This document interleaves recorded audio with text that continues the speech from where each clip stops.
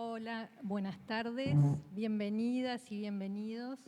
Eh, Primero que nada, un agradecimiento al MACA, a Leonardo Nogués, a Gastón Achugarri y a Andrés Echevarría por la invitación. Es un placer para mí estar con dos grandes poetas uruguayas y gracias por estar acá. Mi nombre es Ana Lizardi, quiero presentar a Claudia y a Magdalena. ¿Se escucha bien? Sí. Claudia Magliano es escritora, poeta, es profesora de literatura egresada del IPA, es Premio Nacional de Literatura 2012 por Res, que es su segundo libro, además de numerosos premios y menciones. Ella es muy perfil bajo, pero una gran poeta. Algunos de sus libros: Nada, Res, El corazón de las ciruelas, Lo trágico es el olvido. Magdalena Portillo es poeta, segundo premio del MEC de literatura, primer premio Onetti en 2021 por Catedrales Nocturnas. Algunos de sus libros son Umbrales, Los paños de mi frente, Catedrales Nocturnas. Bueno, el grito de la poesía, ¿qué es eso del grito de la poesía, no?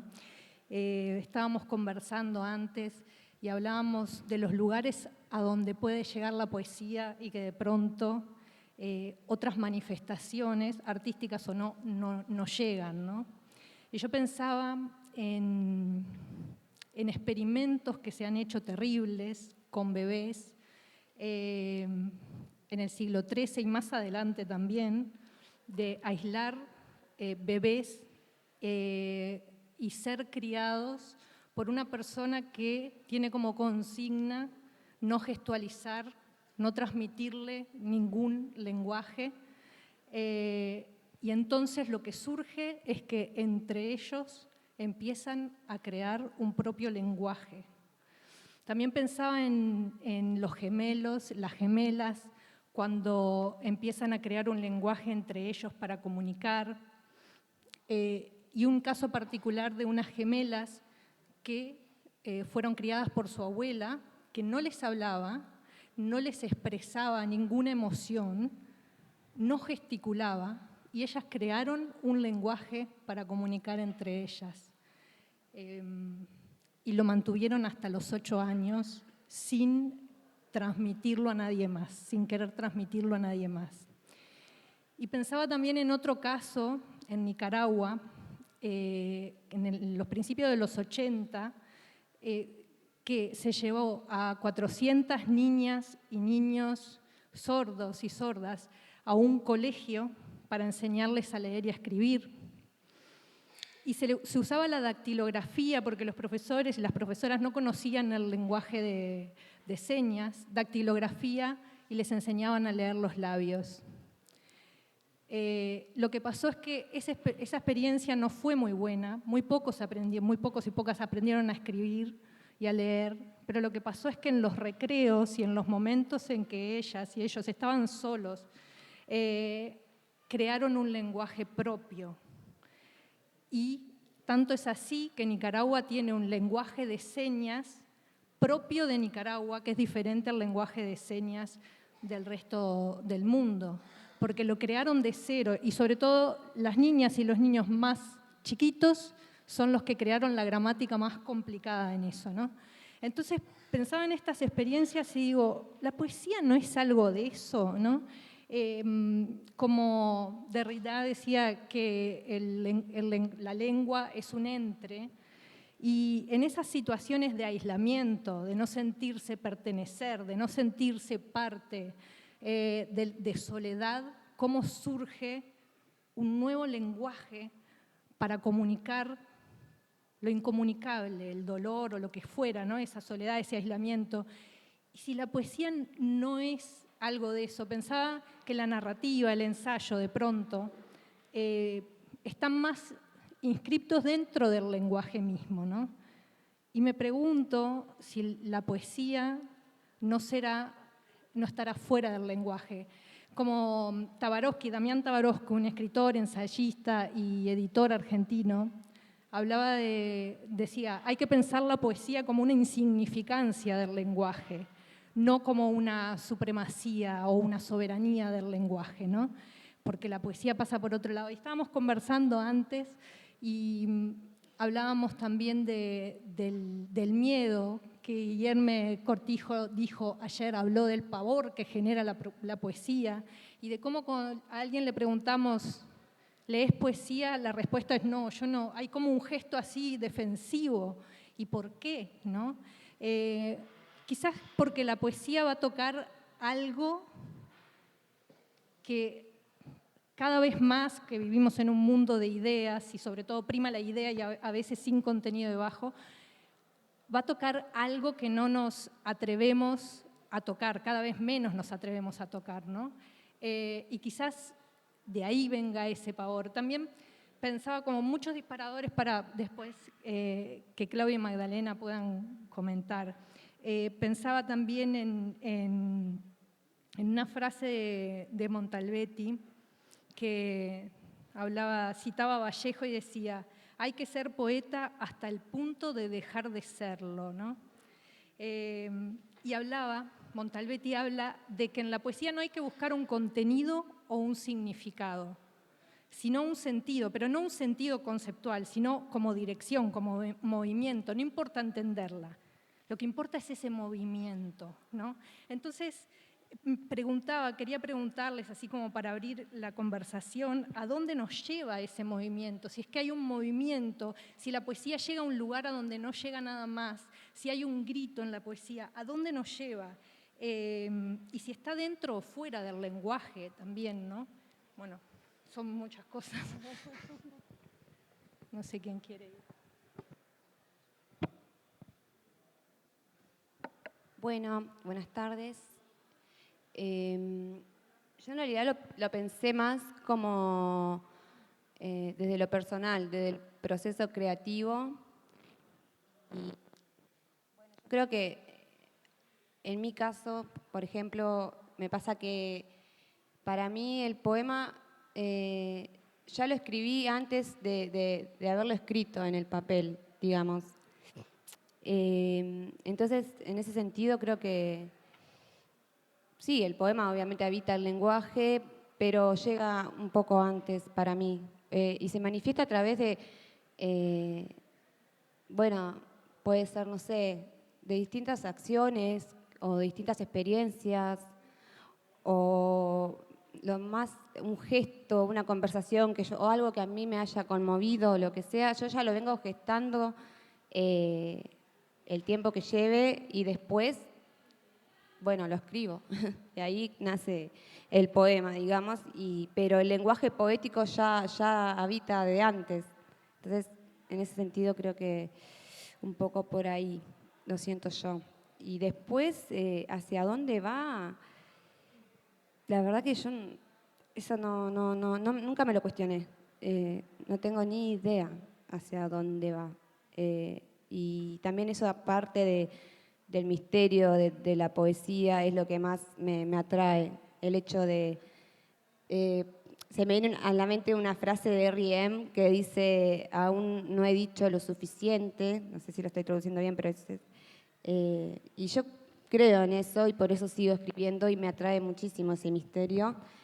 Y después, bueno, también el grito de la poesía, a mí me pasaba que yo antes de esta charla, nunca había pensado la poesía como grito, siempre usé una palabra que si bien a veces siento que tampoco me alcanza, que es la fiebre, para denominar de alguna forma mi obra poética, lo que intento expresar. Pero a su vez también pienso que bueno, el grito es una manifestación y que se da también, en mi caso, es como un grito interno, que se va manifestando, como decía, de antes de que nazca el poema. Entonces, en ese sentido, lo pienso y digo, bueno, pero ese grito tiene determinadas formas, no es el mismo grito siempre.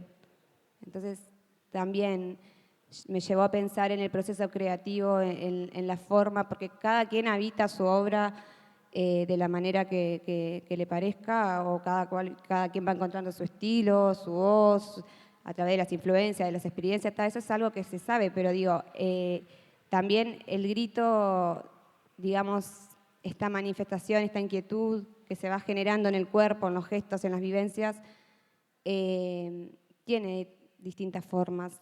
A veces pienso que sí, y eso se manifiesta después en lo que uno escribe, ¿no? Porque a veces pienso que si es un grito, digamos, violento, fugaz, como un rayo, ¿no? Yo me doy cuenta que cuando me pasa esa sensación en el cuerpo, en el sentir, que lo comparo con la fiebre, con algo, sí, con la fiebre, me lleva a escribir poemas por ahí como más abstractos o con imágenes místicas, ¿no? Yo pienso, me doy cuenta de eso. Y también después puede ser otro grito que sea, que venga más como un susurro, decían ayer. De hecho, mencionaron el grito ayer con Ida, que le decía a Daniel, le decía, tu poesía es como un susurro.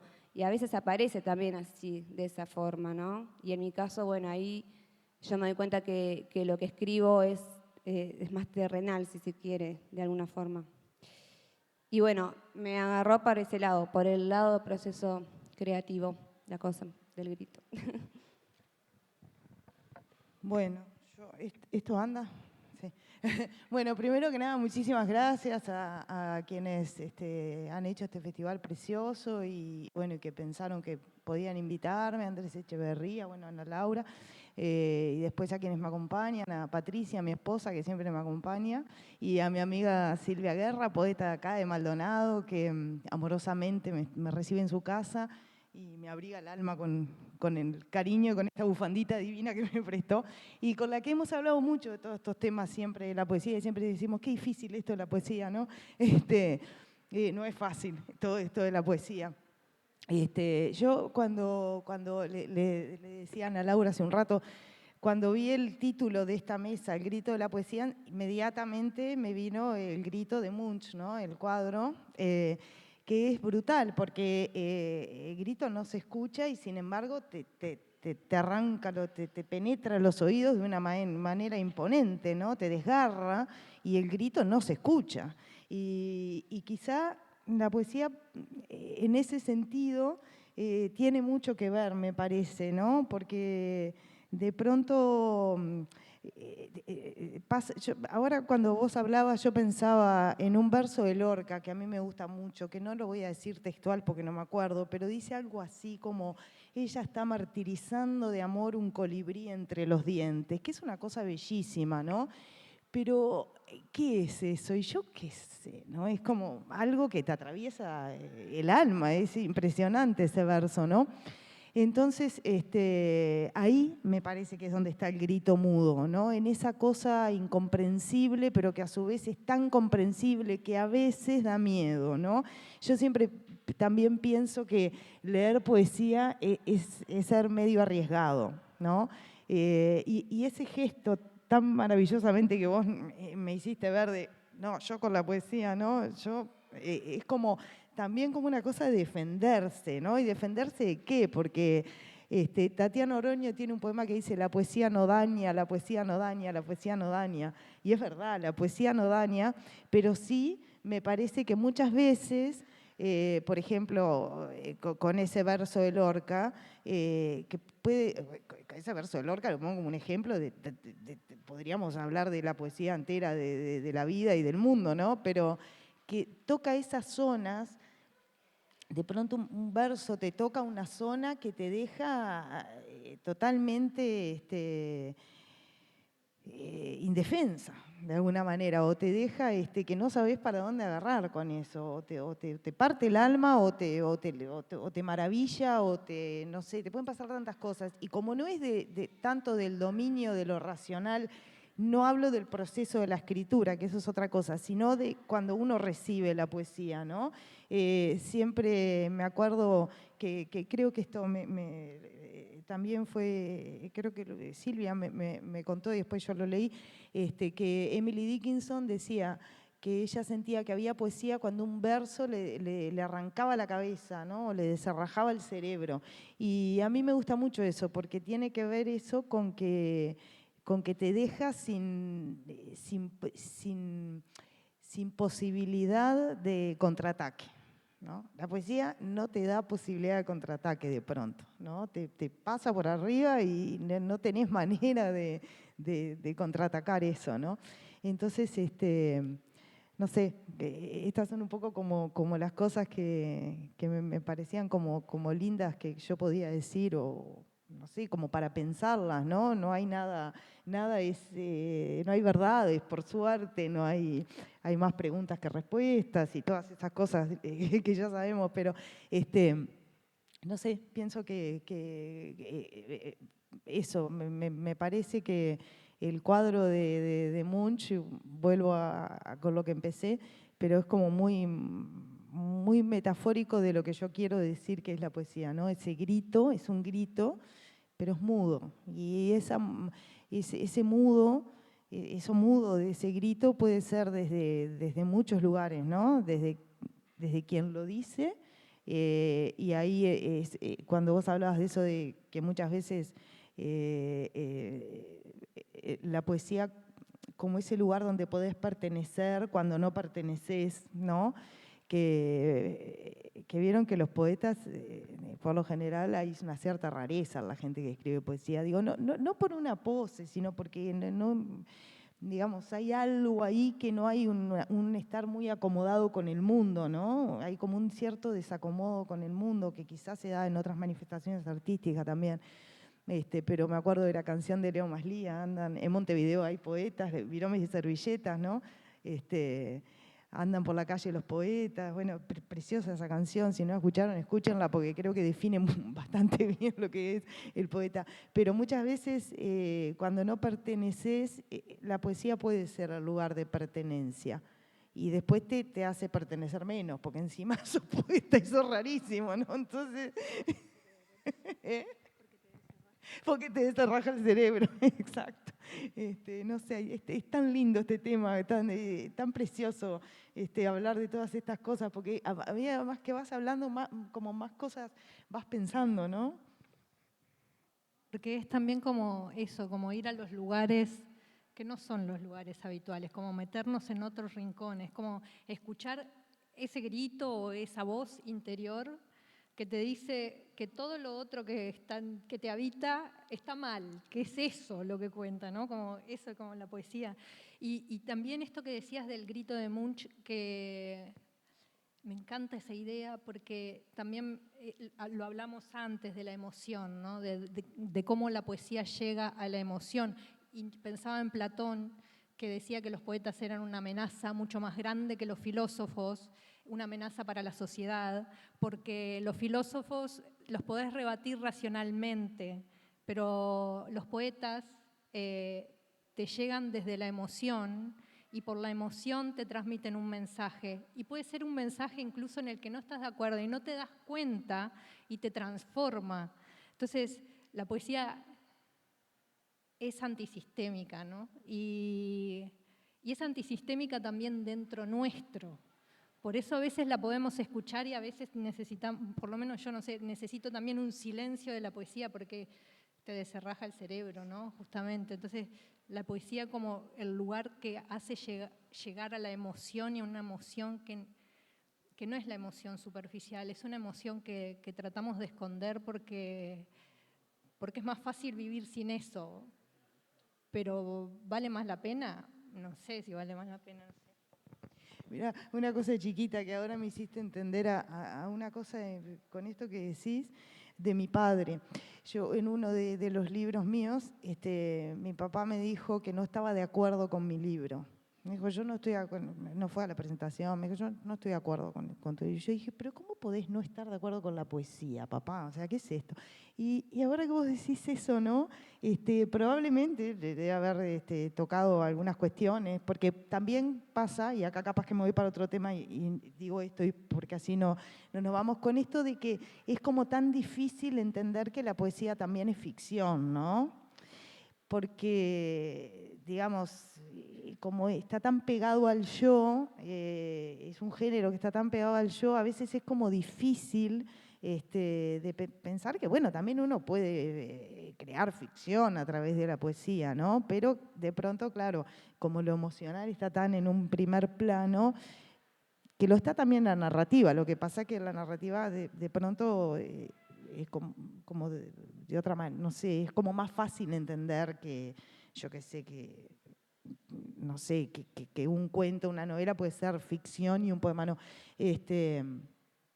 Pero bueno, que en definitiva toda ficción es autoficción, en definitiva, ¿no? Está ahora muy de moda la autoficción, pero yo creo que la autoficción siempre está, o sea, siempre hay algo de eso. Pero ahí me fui un poquito, perdón.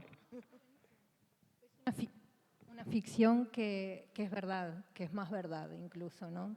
Pero ahí vamos también a lo del proceso creativo y eso, Magdalena, que de pronto tú querías hablar sobre eso justamente. No, bueno, me quedé como... ¿Se escucha bien? Yo no me escucho. Me quedé pensando también que, bueno, en mi caso igual yo definir la poesía o decir para mí qué es la poesía, no, se me hace imposible, pero también pienso en los poetas y en las poetas que hemos leído, las influencias, ¿no?, poéticas, que muchos de ellos también han dicho cosas de la poesía que en las que una se encuentra y se agarra de eso, porque es lo más cercano a la opinión personal que todavía no me he formado, pero que siento, ¿no? Entonces me pensaba, bueno, hay poetas que han hablado de voces, por ejemplo, ¿no?, al momento de explicar el origen de su obra, ¿no? Como, bueno, y también están los poetas que dicen, bueno, Julio en verso, por ejemplo, decía como que la poesía era una postura ante la vida, ¿no? La palabra será conmovedora o no será, y a mí eso me parece maravilloso, me parece muy cercano a lo que yo siento en mi proceso poético. Creo que es una postura ante la vida y bueno, no mucho más en realidad. Creo que ya el proceso poético ya lo hablé. Pero no sé, no tengo reloj, pero la frase que hablábamos hoy de Montalbetti citando a Vallejo, que decía, hay que ser poeta hasta el punto de dejar de serlo, esa era la frase, ¿no?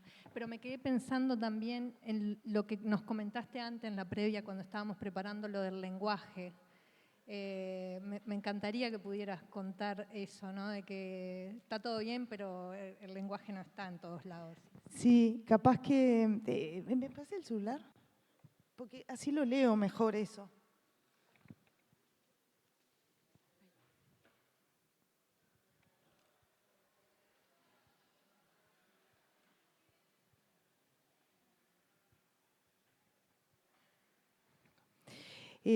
Hay un libro que es como una charla entre, que yo leí hace mucho tiempo, entre Spivak y Judith Butler. Y entonces, a ver si perdón, porque hice una captura de pantalla, acá está. El libro se llama ¿Quién le canta al Estado-Nación? Ahora lo encontré acá. Le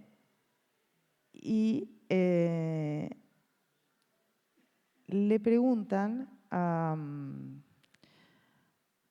Gayatri Spivak, que es una pensadora india, acá tengo acá está. Dice, en una entrevista publicada, Spivak, un poco harta de que el entrevistador la empuje todo el tiempo al rincón textualista posmoderno, Spivak les peta más o menos lo siguiente. Mire, todo esto está muy bien, pero yo vengo de la India. El mío es un país donde millones de personas no solo viven en la calle, sino que allí duermen, comen y hacen sus necesidades. Y después que las hacen, las escrutan muy atentamente porque su color les indica cuánto tiempo de vida les queda. Ese es el límite del texto, ¿no? Entonces, hablábamos con Ana Laura el tema de, bueno, porque una de las preguntas era, una de las cosas que habíamos conversado es, bueno, si la poesía está dentro o fuera del lenguaje.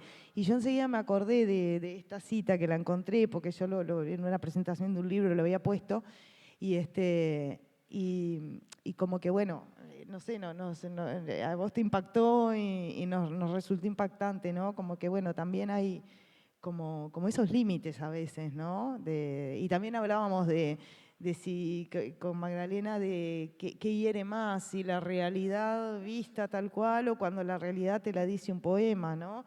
Y yo había pensado ahí, y justo ahora que vieron que pasó una cosa con los niños que trabajan, ¿no? Se opinó que mejor el niño que trabaje y no que esté haciendo otras cosas o mirando el celular.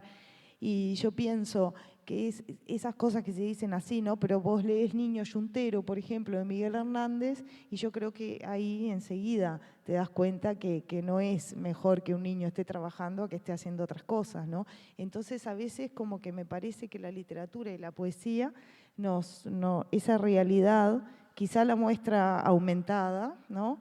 Y probablemente más cruel, y la poesía más, y tal vez ese sea otro de los sustos o de los miedos o de los peligros que genera la poesía, ¿no? No sé. Como una toma de conciencia emocional, ¿no? Esto que hablábamos también antes de Montalbetti, perdón que estoy insistente con Montalbetti, pero que decía Montalbetti en la narrativa hay una correlación y una hermandad entre el ver y el decir, y en la poesía hay una disyunción del ver y el decir, ¿no? Entonces, si la realidad lastima más, hablábamos con Magdalena que un poema, y es cierto que el poema nos puede dar vuelta a la realidad de tal modo que realmente nos metamos dentro de eso. Porque la belleza del arte también hiere. Yo soy una enorme admiradora de la Piedad de Achugarri y yo llegué como a una conclusión. Pensé que la Piedad de Miguel Ángel transmite la idea de sufrimiento, un sufrimiento como amoroso, como delicado. Y a mí, en lo personal, la Piedad de Achugarri transmite la desesperación, la angustia llevada al extremo, ¿no?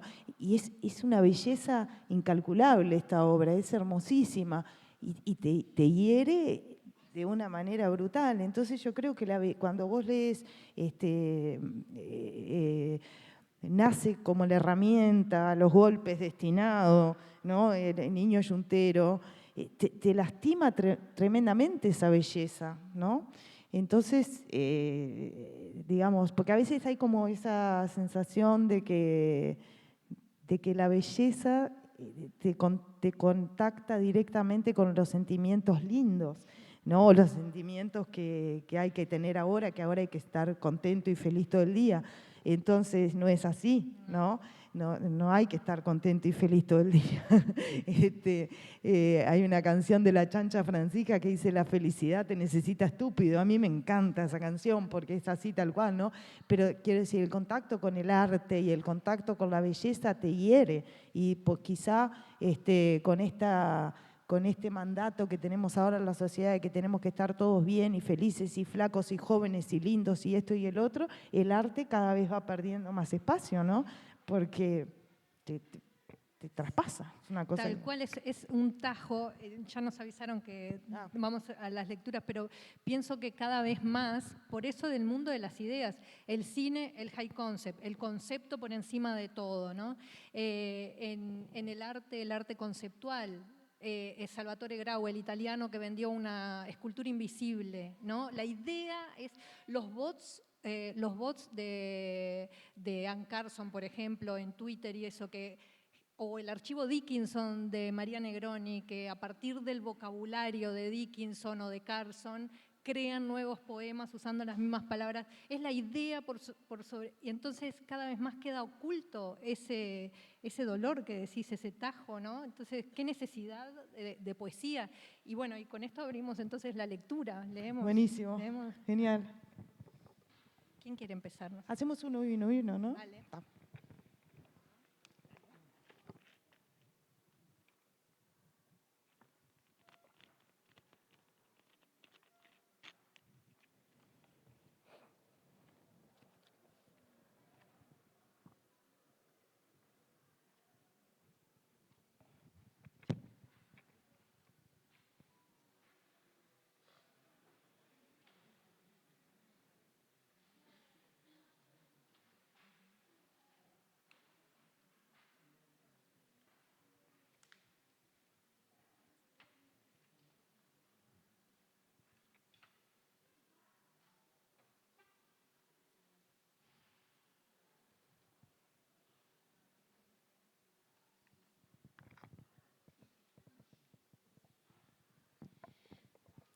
Desciende en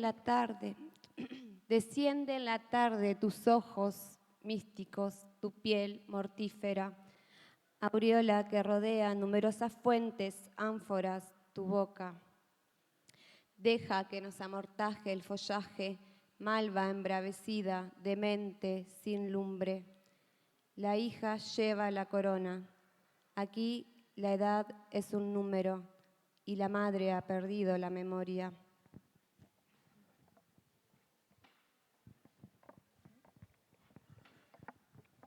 Bueno, yo voy a leer uno que le pido perdón a quienes ya me conocen porque lo deben saber de memoria, pero bueno, lo voy a leer porque me encanta.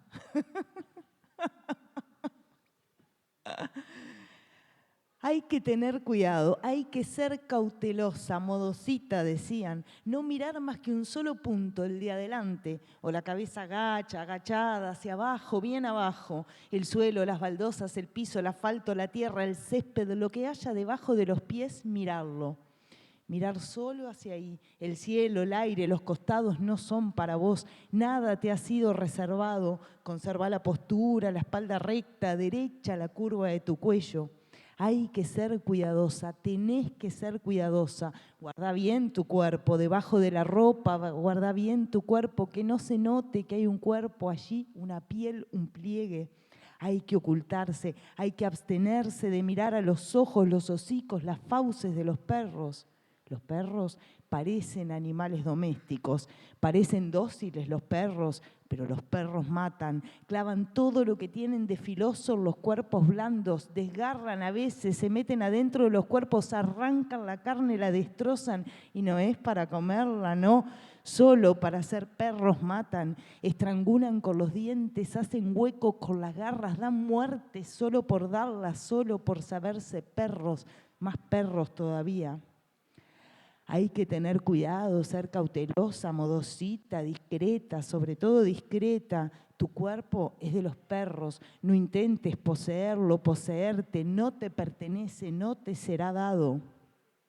Un hilo de sangre corre por la boca de los perros, cae en finas gotas que se deshacen al contacto con el aire. No es su sangre la que cae, no es de los perros eso que duele. Te duele a vos que no supiste comportarte, mantener la calma que el deseo reclama. No fuiste viva, inteligente, no supiste cómo moverte y te dejaste llevar por el deseo. El deseo te arrastró varios metros sobre la tierra y dejaste un surco.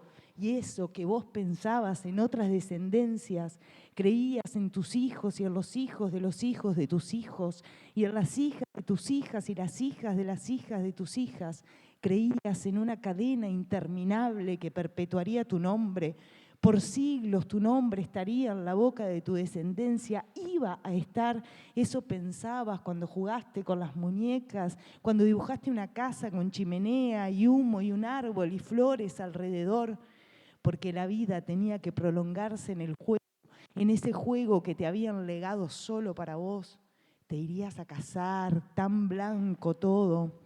Y después esperarías a que tu vientre creciera como un globo o una pelota debajo del vestido y aún así estabas dispuesta a parir porque ese era el designio. Pero los perros se adelantaron a tu suerte, levantaron tu casa bajo la tierra, te hundieron los ojos los perros porque no supiste no mirarlos. Y eso, que solo el suelo te estaba reservado, todo para vos ahí servido, para que pusieras la mirada hacia abajo, para que inclinaras bien el cuello, la cabeza, todo tu cuerpo y te quedaras allí como una florcita más a la espera de la lluvia, como un yuyo que creció imperceptible entre las grandes plantas. Pero tuviste que mirar a los perros, le clavaste los ojos bien adentro para que te vieran, para que olfatearan tu coraje y te salió mal.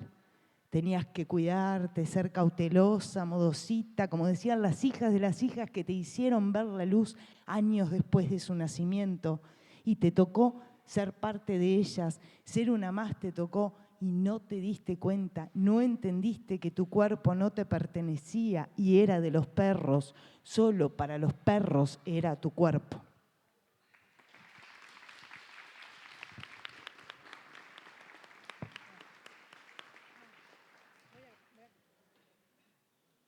Ya que vamos de cuerpo, voy a cambiar y voy a leer otra cosa. Impresionante. Bueno. Este es inédito.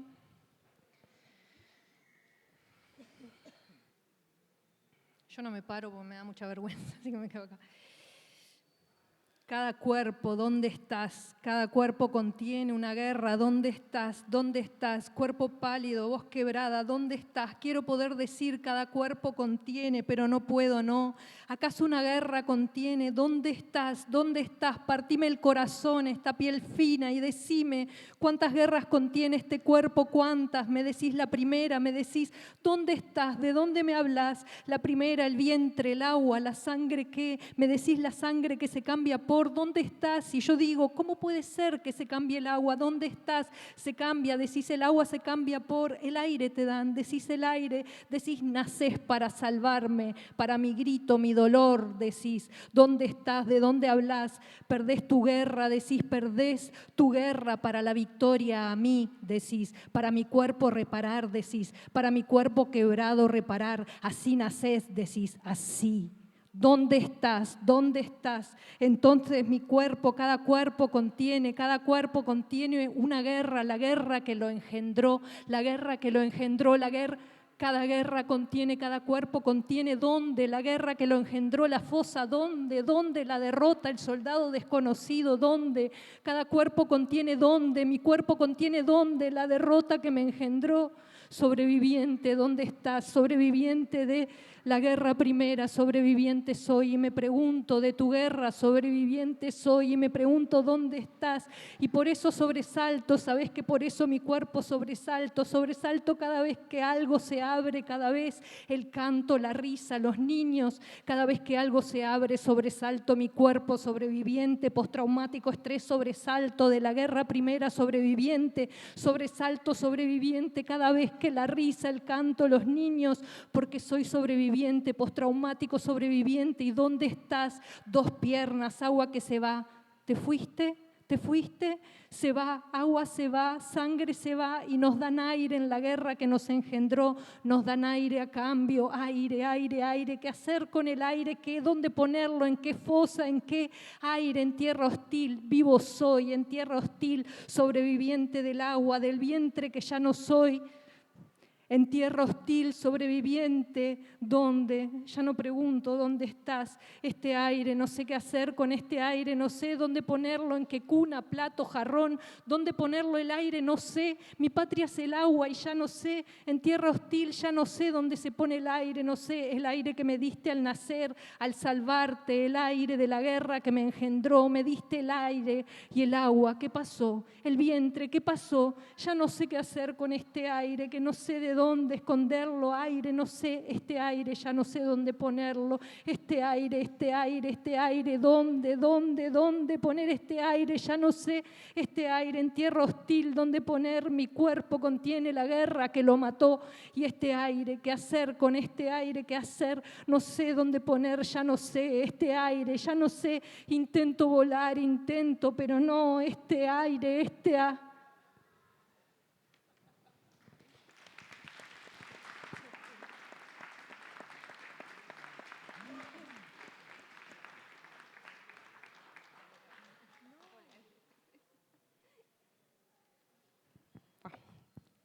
Vamos a ver, no sé qué leer después de esto, no sé si leer. Me quedé muy emocionada, hermoso.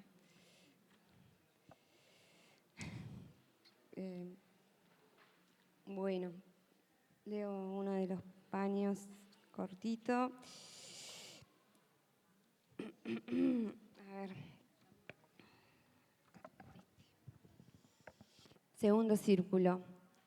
Brota silenciosa la espina, dosis de melodías encadenadas a la sal de mis ojos, espirales de niebla precipitándose a la hora del remordimiento, saumerios y medusas, la cuna de los dioses en alguna parte del reino reclama el alimento, la oración hecha espuma, sueño de almizcle y cabellos negros se desvanece en un gemido, colérica lengua de esfinge tiembla sobre la cumbre. Los bellos rostros sostienen testamentos, es el final de la noche, la herejía. Los cuchillos que enterré en mi jardín, oxidándose al igual que la palabra Padre, Sudores nocturnos adelantan el sacrificio. Detrás de los vitrales el mar es negro y nadie entiende por qué. No hay una respuesta para eso. Ahora sin máscara da paso a la sentencia. Oráculo sumergido como torres antiguas. Mino sostiene la última palabra. Hallarás tu voz en las estaciones, tenidas raíces por el vino dulce, turbulenta maniobra de las bestias. Roer las horas hasta que intacta la piel quede, sin alaridos que llamen a sus manos y sin temblores que revelen mi oficio.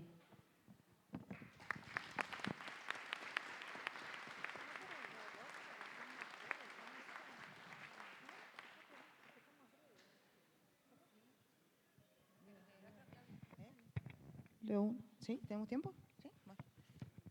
Bueno, este es más corto, no se asuste. Y lo voy a leer sentada. Luja que uno se da. El aljibe escupe el agua esa que hemos de beber, dijiste. No otra de río o estanque, porque la noche trae muertos a la superficie y en la mañana parece que ya no quedara nada. Sin embargo, hay restos de piernas y brazos flotando allá más lejos, cerca del molino, y no los vemos. La vida comienza justo en la puerta de tu casa, en el galpón donde se alinea la lana del rabo de las ovejas que cortaste a fuego. Chilla y aúlla el ganado, res, cabeza molida a golpes o de un solo tiro. ¡Pac!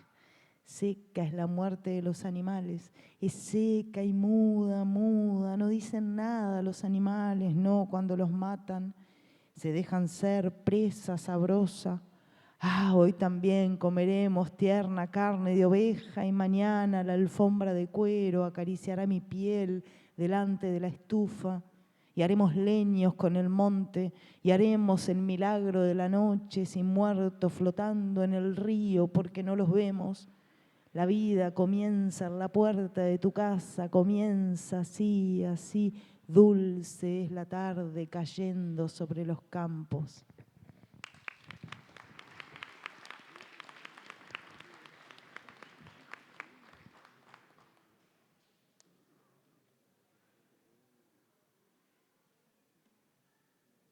Voy a leer uno más cortito y más amable. Sí.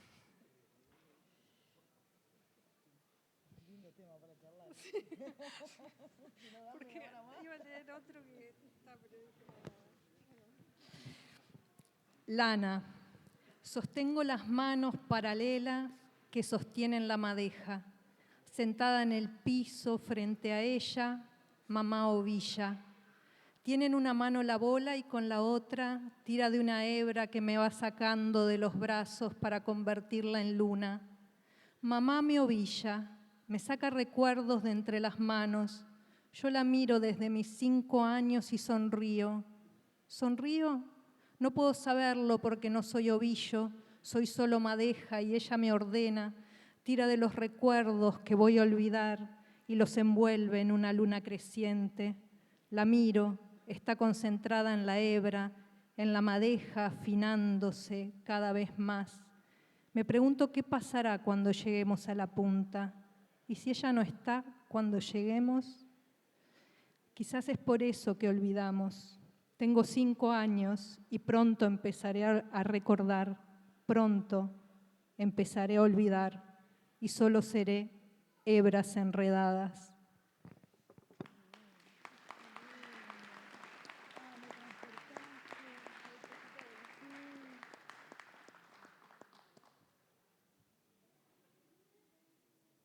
Bueno, voy a leer uno de mi primer libro, que es un poema que escribí en homenaje a Marosa. Hace mucho tiempo que no lo leo, así que... Cuerpo cubierto, follaje de espinas, no intento, resisto, soy sombra callada en el cimiento, mujer. ¿De dónde provienen tus versos? No conozco la singularidad de tu lengua, el sabor agridulce en los labios, un enjambre de avispas sucumbiendo en tus cabellos de fuego. Estas manos que no llegan siquiera a comprender el perfume, los gestos hincados en la tierra, el misterio en cautiverio. Llegás cuando todos duermen, prensil de mis miedos, éxtasis de mis emociones, tu cuerpo girando en mitad de la noche. Me miran tus ojos, gemas, alquimia brotando en las paredes, lo incierto se hace vértigo, no te siento, el vacío golpeando los huesos, mujer. Desata el misterio de tu lengua, placer en sueños tejidos de augurios, misales sedientos, el eco de tu voz que se aleja, mujer. ¿De dónde proviene tu lengua? ¿Qué ser te ha parido? ¿Quién se ha atrevido a dejarte entre los muertos? Muchas gracias.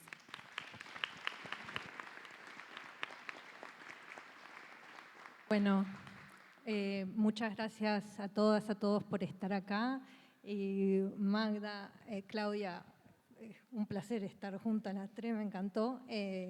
Así que gracias. Divino, muchísimas gracias. Yo pasé genial, Yo pasé también. bárbaro, me encantó, disfruté. Espero que ustedes también y gracias, Ojalá gracias que por el el resto convite. también, no solo nosotros. Sí, la verdad que súper lindo todo esto. Gracias. Gracias.